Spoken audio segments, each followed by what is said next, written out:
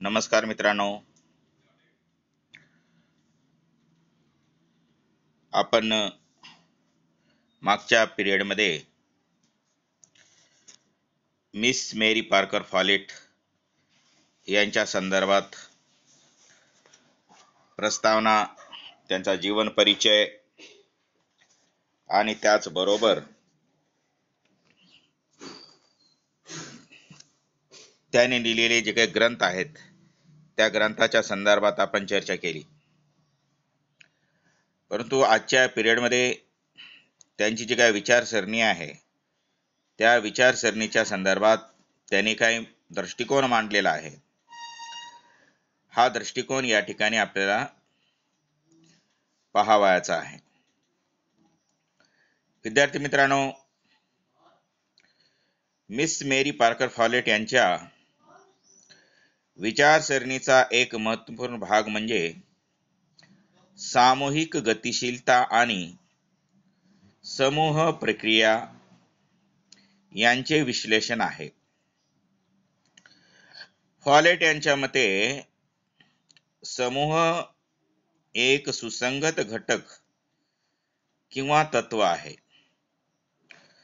समूह प्रक्रियेमुळेच व्यक्तीचे विचार आणि व्यक्तीची निश्चिती ही होत असते. फॉलेट म्हणतात की समूह प्रक्रियेमुळे सामाजिक एकता निर्माण होते, म्हणून समूहामध्ये निर्माण होणाऱ्या समस्या आणि संघर्ष हे मिटविले पाहिजेत. फॉलेट यांच्या मतानुसार समाज व्यक्तीपासून तसेच व्यक्ती समाजापासून हे केव्हाही स्वतंत्र किंवा वेगळी राहू शकत नाही आणि दोघांमध्ये घनिष्ठ संबंध हे असतातच. पुढे चालून फॉलेट म्हणतात की संघटनेत कार्य करणाऱ्या व्यक्तीमध्ये संघर्ष आणि मतभेदाचे वातावरण हे नेहमी असते. सामान्यतः उद्योगात संघर्ष आणि मतभेद हे वाईट मानले जातात. अर्थात फॉलेटच्या मते संघटनेत संघर्ष हे चांगले असत नाही आणि वाईटही असत नाही, किंवा संघर्ष म्हणजे फॉलेटच्या मते युद्ध नाही, तर संघर्षामुळे व्यवस्थापकाला चांगल्या किंवा वाईट परिणामासाठी संधी प्राप्त होत असते.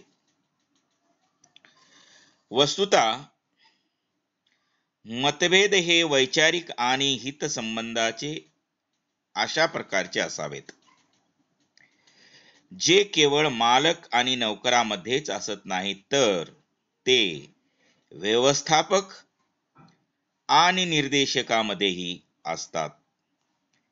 त्यांच्या मते संघटनेत संघर्ष असणे स्वाभाविक आहे, परंतु या संघर्षाला सकारात्मक किंवा रचनात्मक बनविण्यासाठी या ठिकाणी प्रयत्न करणं हे गरजेचं आहे. फॉलेट पुढे म्हणतात की आम्हाला संघर्ष हे आपल्या इच्छेनुसार टाळता येत नाही. थोडक्यात संघर्षाची परिस्थिती निर्माण झाल्यास त्या व्यक्तीस दोष देण्यापेक्षा किंवा त्या व्यक्तीवर आरोप करण्यापेक्षा त्यापासून कसे वाचता येईल असा विचार करण्यापेक्षा या संघर्षाचा सकारात्मक सदुपयोग करून घेण्याचा प्रयत्न प्रत्येकाने केला पाहिजे आणि संघर्षाचे सकारात्मक उपयोग करण्यासाठी आणि मतभेद व संघर्षावर समाधान मिळविण्यासाठी त्यांनी एकूण 3 प्रकारच्या गोष्टी या ठिकाणी त्यांनी सांगितलेल्या आहेत. की संघर्ष कशा पद्धतीने मिटविला जावं. कारण आपण म्हटलं की संघर्ष हे काय युद्ध नाही, हे मतभेदामुळे निर्माण झालेले असतात.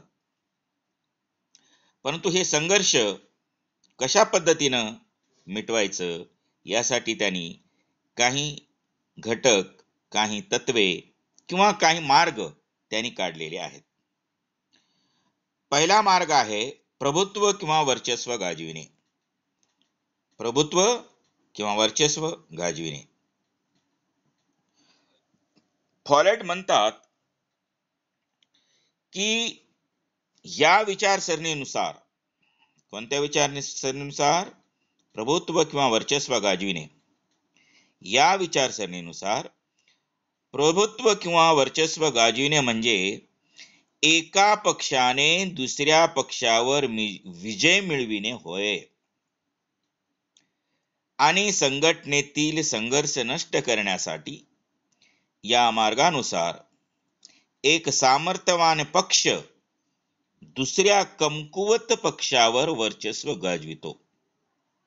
शक्ती आणि सामर्थ्याच्या बळावर नियंत्रण ठेवून संघर्ष कमी करण्याचा प्रयत्न केला जातो.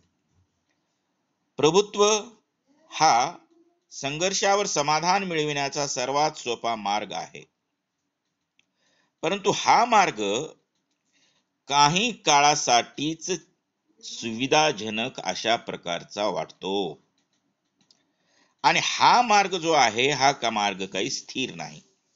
कारण प्रबळ पक्षाने कमकुवत पक्षावर बळजबरीने विजय मिळविलेला असतो.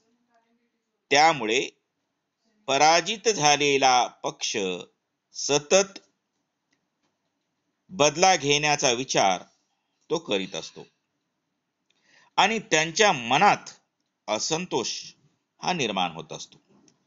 आणि प्रभुत्वाच्या आधारावर संघर्ष हा केवळ थोड्याच काळासाठी थांबिता येतो.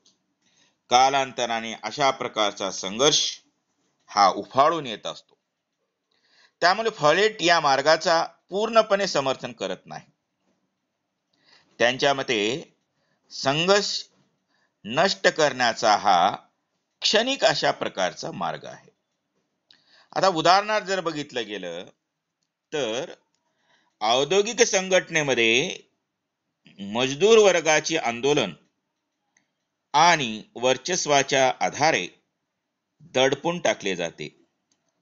पहिल्या महायुद्धात पराजित झालेल्या राष्ट्रांच्या मनातही अशाच प्रकारचा असंतोष निर्माण झालेला होता.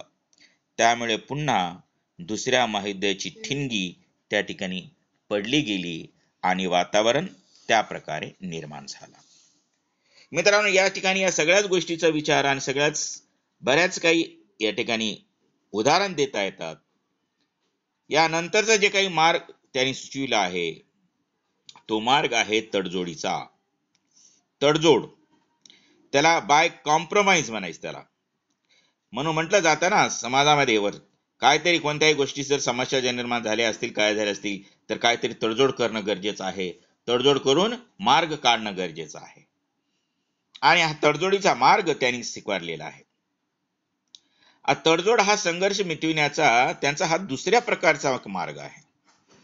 आणि हा एक मार्ग असा आहे की ज्याच्या माध्यमातून जगातील जास्तीत जास्त लोक आपले मतभेद हे दूर करतात. आणि या मार्गानुसार प्रत्येक पक्षाला काही मुद्द्यावर मागण्याबाबत तडजोड करावी लागते. यात प्रत्येक पक्षाला आपल्या काही मागण्या ह्या सोडून द्याव्या लागतात आणि दुसऱ्या पक्षाला मागण्या मान्य नसल्या तरी त्या मान्य कराव्या लागतात. याला म्हणायचं तडजोड. आणि तडजोडीचा मार्ग हा वर्चस्व गाजविण्यापेक्षा थोडासा व्यापक दृष्टिकोनाचा, अर्थातच थोडक्यात काय म्हणायचं त्याला, आपुलकीचा अशा प्रकारचा मार्ग आहे. आणि असे असले तरी फॉलेटच्या मध्ये हा मार्ग दोन्ही पक्षासाठी पूर्णपणे समाधानकारक व सुखद या प्रकारचा नसतो. वस्तुतः मानवी स्वभाव सहजपणे त्याग पसंत करत नाही आणि तडजोडीसही तयार होत नाही.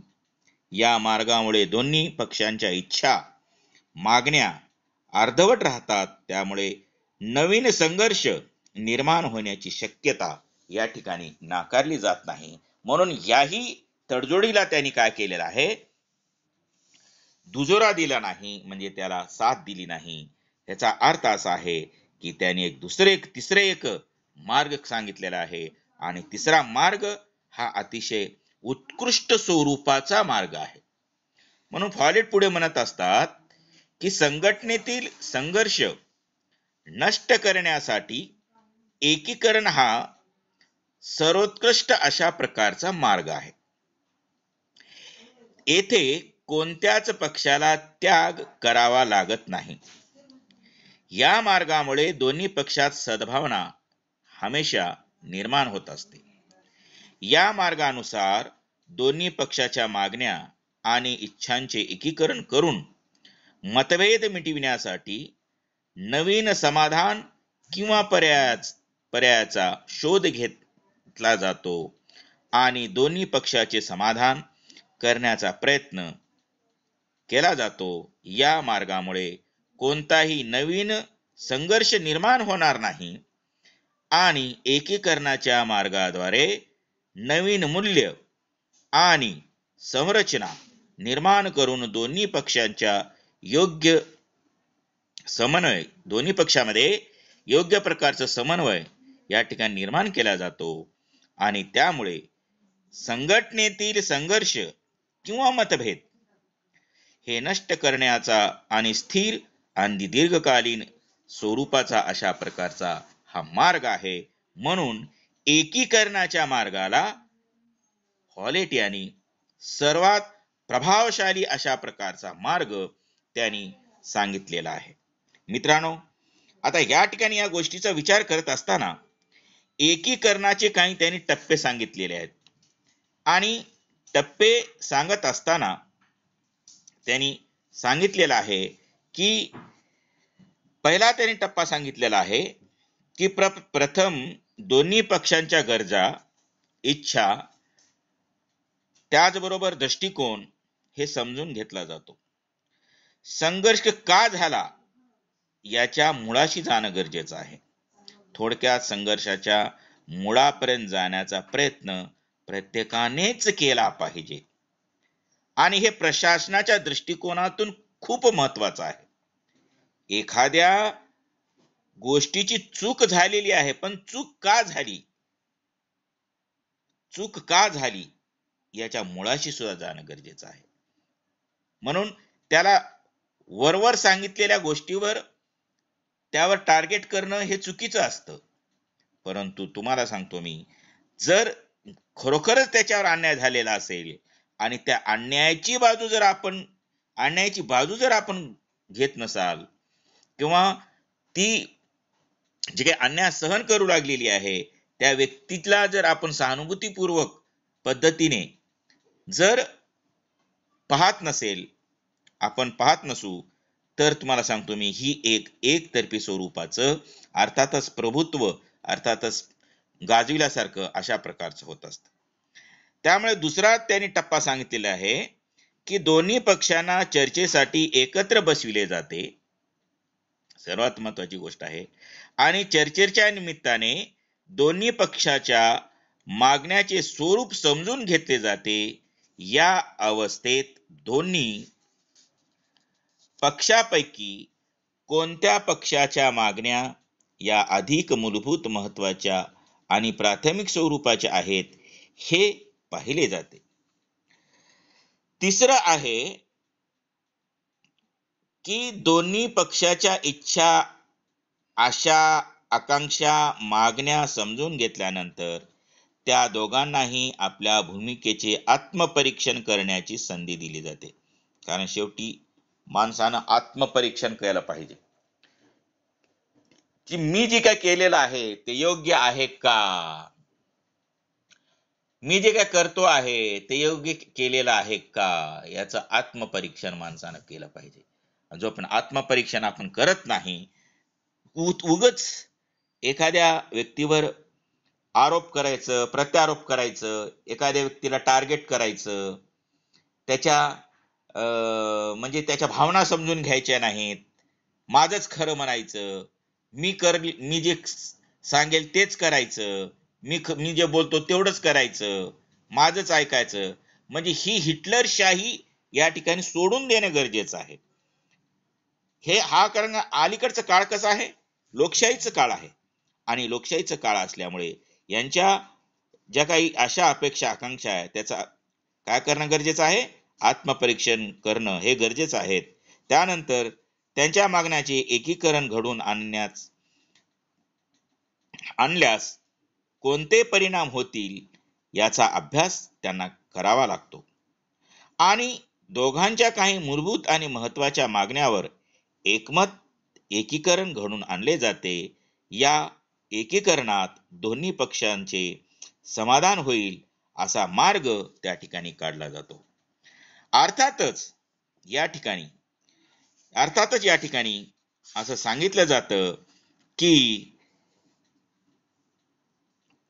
थोडक्यात की एकीकरणाने मानवी स्वभावातील गुंतागुंतीच्या क्रिया, एकमेकांच्या आड येणाऱ्या भावना आणि या बाजूला सारल्या जातात. मानवी वर्तन हे नेहमी वर्तुळाकार असते. वर्तुळाकार वर्तन हे रचनात्मक संघर्षाची गुरुकिल्ली असते, आणि फॉलेटच्या मते चक्रकार मानवी व्यवहार हा एकीकरणाचा आधार आहे. अर्थात मी आपल्याबरोबर एकटी कधीच लढू शकत नाही, म्हणून मी आणि तुम्ही मिळून लढू असं त्यांच्या मते मानवी वर्तनातील चक्राकार विचारसरणीला सरळ स्वरूप देऊन एकीकरण घडून आणता येईल अशा प्रकारची एक विचारसरणी या ठिकाणी त्यांनी सांगितलेलं आहे. विद्यार्थी मित्रांनो, या ठिकाणी त्यांनी सांगितलेले टप्पे आणि त्याच्यानंतर एकीकरणाचे जे असलेले लाभ आहेत ते लाभ सुद्धा आपल्याला या ठिकाणी बघणं गरजेचं आहे. पहिले लाभ आहे, एकीकरणाचा मार्ग हा समस्येच्या मुळाशी जाऊन संघर्षाच्या कारणाचे समूळ उच्चाटन करत असतो, आणि या मार्गाने संघर्ष हा कायमचा नष्ट केला जातो. तिसरं त्यांनी सांगितलेलं आहे, या मार्गाने संघर्ष नाहीसा करण्यासाठी नवीन तत्वे, मूल्य हे निर्माण केली जातात. त्याचबरोबर या मार्गाने संघर्ष मिटविल्यास श्रम, वेळ आणि पैशाची काय होत असते, बचत होत असते. त्याचबरोबर या मार्गाने संघर्ष मिटविण्यासाठी मानवी वर्तनाचा रचनात्मक उपयोग ही केला जातो. म्हणजेच या ठिकाणी बेनिफिट सुद्धा या ठिकाणी आपल्याला दिसतात. आणि तिसरं त्याने सांगितलेलं आहे की या ठिकाणी एकीकरणाच्या पद्धतीमध्ये तिसरं त्यांनी सांगितलेले की काही मर्यादा सुद्धा येत असतात. ह्या मर्यादा कशा प्रकारच्या आहेत, ह्या मर्यादा या प्रकारच्या आहेत की या एकीकरणाच्या मर्यादाचा विचार करत असताना एकीकरणाचा मार्ग सरळ आणि व्यवस्थित असला तरी फॉलेटनी एकीकरणाच्या मार्गात येणाऱ्या काही अडथळ्याची चर्चा केलेली आहे. त्या असे म्हणत असतात, जेव्हा दोन व्यक्ती एकाच स्त्री बरोबर लग्न करू इच्छितात तेव्हा तिथे एकीकरण घडून येत नाही. एकीकरणाच्या मार्गात काही मर्यादाही पुढील प्रमाणे ह्या त्यांनी सांगितलेल्या आहेत. त्यांची पहिली मर्यादा आहे की परस्परांना समजून घेण्याची पात्रता नसणे. दुसरी मर्यादा त्यांनी सांगितली वर्चस्व गाजविणे आणि आनंद लुटण्याची वृत्ती. तिसरं त्यांनी सांगितलेलं आहे अव्यवहार्य बाजूकडे दुर्लक्ष. चौथं सांगितलं भाषेचा अडथळा, रफ लँग्वेज त्याला म्हणायचं. त्याच्यानंतर आहे नेतृत्वाचा प्रभाव. त्याच्यानंतर प्रशिक्षणाची समस्या, त्याच्यानंतर समस्या प्रलंबित ठेवण्याची प्रवृत्ती, त्याच्यानंतर एका विशिष्ट मनोभूमिकेचा अभाव, अशा या गोष्टी त्या ठिकाणी काय केलेल्या आहेत, त्या ठिकाणी मर्यादा ह्या ठिकाणी सांगितलेल्या आहेत. आणि या मर्यादा या ठिकाणी सांगितले असलेल्यामुळे एकीकरण आणि त्या 3 घटकापैकी सर्वात महत्वाचा घटक जो आहे, मार्ग जो आहे, हा एकीकरणाचा आहे. कारण का वर्चस्व गाजविल्यामुळे ही संघर्ष मिटू शकत नाही, दबाव टाकल्यामुळेही संघर्ष मिटू शकत नाही. त्याचबरोबर तडजोडीने थोड्याफार प्रमाणामध्ये या ठिकाणी काय होऊ शकतो, मार्ग निघू शकतो. परंतु एकीकरणाचा मार्ग जर आपण अवलंबला आणि आपल्या अंतकरणाच्या म्हणजे आपल्या अंतशुद्ध अंतकरणाचा आत्मपरीक्षण जर आपण केलं, तुम्हाला सांगतो मी, कारण का तर महत्वाची गोष्ट आहे आत्मपरीक्षण. कारण जोपर्यंत माणूस आत्मपरीक्षण करत नाही स्वतःच, तोपर्यंत कसल्याच प्रकारची त्या ठिकाणी काय निघत नाही, मार्ग निघत नाही. त्याला कळावं लागतं की जी आपण करत आहोत ते चुकीचं आहे, मी जे काय करत आहे ते चुकीचं आहे, चुकीचं आहे. आजकाल कशी वृत्ती आहे, वरती कशा प्रकारे झालेली आहे, जे चुका करायचं आणि हात वर करून टाकायचं की मी नाही केलं. पण मी नाही केलं, केल्याच्या नंतर एवढं म्हणून जमत नाही, परंतु त्याचा आत्मा त्याला काय देत नाही, काय देत नाही, शांतता देत नाही. त्याचा आत्मा नेहमी नेहमी नेहमी म्हणत असतो की बाबा जे मी करतोय चुकीचे करतोय, जे मी करतोय चुकीचे करतो, जे मी करतो मी चुकीचे करतो. म्हणजे एक तर उपकार करा आणि उपकाराची नंतर अपकाराने त्याचेही करून घ्या, अशा प्रकारची गोष्ट. आणि उपकार करून सुद्धा ती माणसं त्या काळामध्ये, अडचणीच्या काळामध्ये देवासारखी वाटत असतात आणि ज्यावेळेस अडचण आपण त्या दुसऱ्याकडे जात असतात त्यावेळेस ती दानवासाठी वाटत असतात. म्हणून संघर्ष हा कुठेही उद्भवत असतो. पहिल्यांदा तर संघर्ष मनामध्ये उद्भवत असतो, समाजामध्ये येतो, राजकारणात येतो, प्रशासनात येतो, त्याचबरोबर धर्माच्या नावावर प्रत्येक ठिकाणी संघर्ष निर्माण होत असतो, कुटुंबामध्ये होत असतो, भावाभावामध्ये होत असतो, वडील मुलामध्ये होत असतो, आई भावंडामध्ये होतं, बहीण भावामध्ये होत असतो. मग त्या ठिकाणी समस्या ज्या असतात शेतीच्या वादावरून होत असतात, अनेक प्रकारच्या समस्या आहेत आणि समस्येमध्ये एकीकरण करणं हे गरजेचं आहे. आणि अशा प्रकारच्या एकीकरणाचा अवलंब जर केला तर संघर्षच उद्भवणार नाही. आणि असे मोठमोठे जे काही पहिलं महायुद्ध, दुसरं महायुद्ध हे जे काही झाले, हे त्याचे कारणच हे आहेत की त्यांनी एकीकरण त्यांनी केलं नाही. म्हणून मिस मेरी पार्कर फॉलेट ज्या आहेत त्या पहिल्या स्त्री विचारवंतिका आणि त्यांनी चांगल्या पद्धतीची विचारसरणी या ठिकाणी मांडलेली आहे. म्हणून आजच्या या पिरियड मध्ये आपण या ठिकाणी इथे थांबूयात. धन्यवाद.